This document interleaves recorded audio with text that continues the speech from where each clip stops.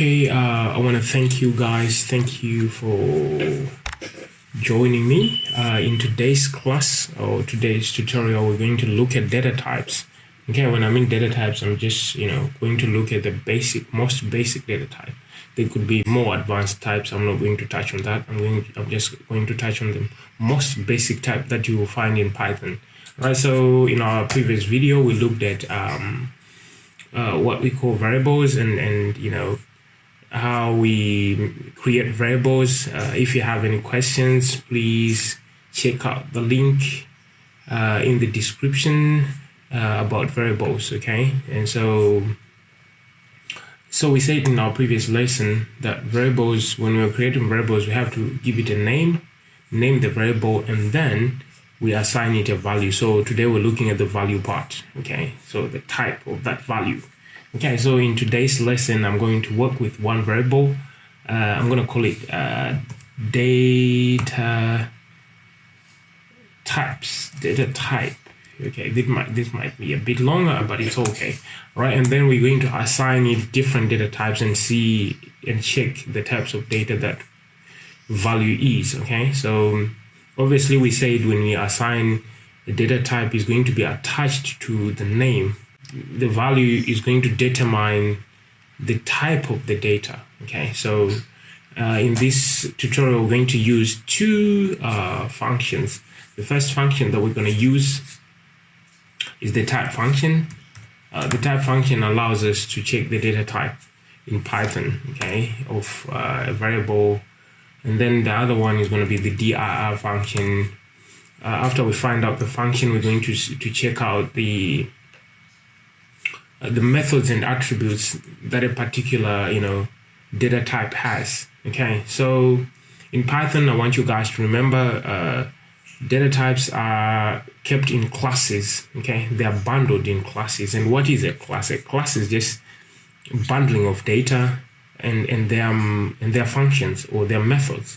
Okay, so we have attributes and then we have what we call functions on a data. When you have a class, you have attributes and you have methods that you can use to interact with the data. So let's look at this. Right, let's look at 10, the first one. The first data type that we're going to look at is 10. So what type of data is 10? So we can actually check this by printing this out. Data type first, the method, and then we pass in data type. Okay, because this is our variable. We want to check and see. All right, tools, build. All right, as you can see down here, like I told you guys, data types in Python are bundled in classes, so that's why we have class int. Okay, so it's sort of like a class. All right, so how do we see the methods or the attributes that are within this class? That's when we need to use the dir method. So we're going to use the print dir, and then the int here stands for integer. Okay, this is an integer type, so it's short. It's shortened to int. So we have to check that int type and see the methods and attributes that it has in that particular class. So this is the class int. As you guys can see down here, this is a list of everything that is within the int, sort of like class. So this is what you can find within the int class. So you can actually find the absolute method. I wanna apply the absolute method on a data. Okay, so an integer can be a negative or a positive, a number, right? So a negative or a positive whole number. So let's try and check this integers absolute -10. So print abs of absolute of data type, because data type right now is -10. If I run this and build this, as you can see down here, guys, I have a 10. Okay, the absolute of -10 is obviously going to give me a positive 10. So as you can see, within this class, we have an absolute method that we can use to interact with this type of data. Okay, let's move on to our next data type. Let's say I have this data type is 10.5. Okay, this is a floating point number, 10.5. So let's see what type of data it is. If I build this, okay, I'm not looking at the type I'm supposed to look at the type, build this. As you guys can see, this type of data is within the class float. Okay, it's in the class float. So within this class, there are methods or functions that we can use to interact with this particular type of data. Okay, so I'm not going to be, printing out the methods all the time, All right, and then let's move on to the next data type that we have. So we have a floating point number. That's the second data type. The third data type that we're going to look at is what we call a string. A string is just any character that you put in between these quotation marks. These quotation marks can be either double quotation marks or single quotation marks. It's not any big deal. So let's see what type of data this is. As you guys can see, this is within the class str. Okay, so within that class, we have functions that are specifically, for this type of data. Okay, so you can actually use those particular function or methods to interact with this particular type of data. Okay, so these are, as you guys have seen, I've been looking at, single values, like the integer single value, the float single value, and the string single value. I also have this value, it's a single value. Let me see and build this and see the type. As you can see, this is a short for Boolean. Boolean has two values, either true or false. Okay, this is another data type that you meet in Python. You interact with this data type, most of the times. Okay, and then after then we are now moving on to what we call collections. Collections is bundling up a number of values within a single variable. So for instance, I can have these square brackets and store in 1, 2, 3, 4, 5, 6. Let's say I have these 1 up to 5. Okay, so let's say I wanted to store 5 numbers. So this is how I store it. I use what we call a list.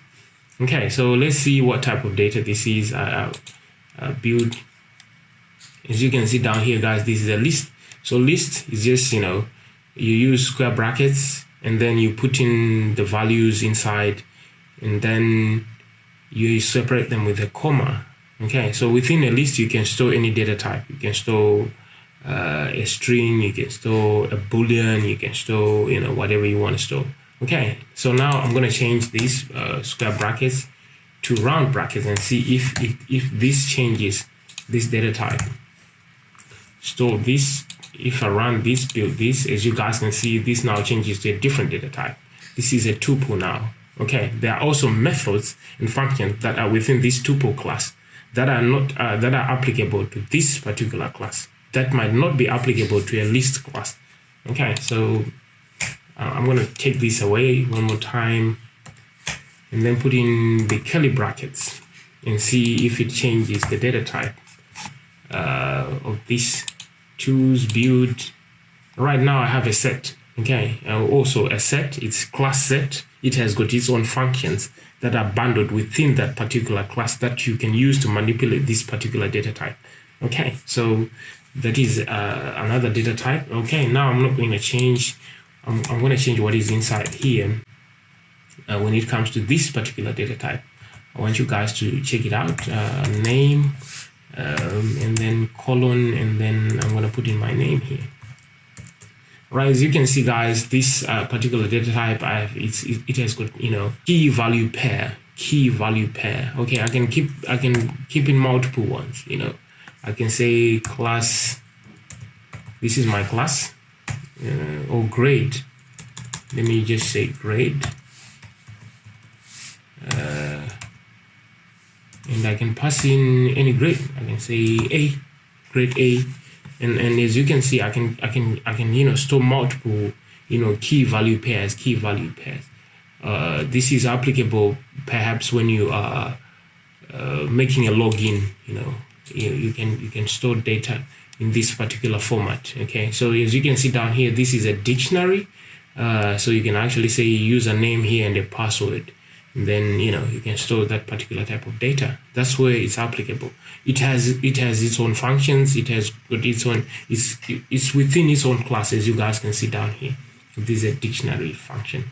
All right, so the last one I think that we're going to look at, like I said, is not limited to these data types. I'm just looking at the basic ones. The last one is going to be def. Let's say I make a function called add2 here, and then I just pass. Pass simply means just pass. Do not run into an error. Okay, that's where the pass is. I don't have anything to put right now in this function, but I don't want my program to break, so I have to put in a password, like just ignore and then move on. If you do not use this pass keyword, your program is going to break when it gets into this onto this line. Okay, so let's see data type, right? We say data type is the variable that we're using. So add2 is our function, right? So I can actually assign a function to a variable. So I'm going to print type. We're looking at type of data type, right? Yeah, so we can actually see and build this. As you guys can see, this is a function. Okay, this type of data is a function. Right, so what do we use functions for? Almost everything that we're dealing with is a function. The print is a function, right? The type is a function. You can see this by these parentheses. The add, it becomes a function, and functions are used in different places to interact with your data, to manipulate your data, okay, to effect changes on your data and stuff like that. So this is one of the most important, data types that we have in Python. So like I said, today we're just looking at these basic, and so I want you guys to understand that these are, sort of like the building blocks of programming, understanding data types and understanding variables and stuff like that. When you coin those together, you can actually do quite a lot of stuff, in a programming language, and you can manipulate that data to suit your particular need, or whatever you want to do within that particular programming language. All right, so I want to thank you guys for your time. I hope to see you in our next video, when we are going to, start to look at these different data types and how you can manipulate them, using the inbuilt functions or the built-in functions that are within these classes of these data types. All right, I'm out. See you in our next video.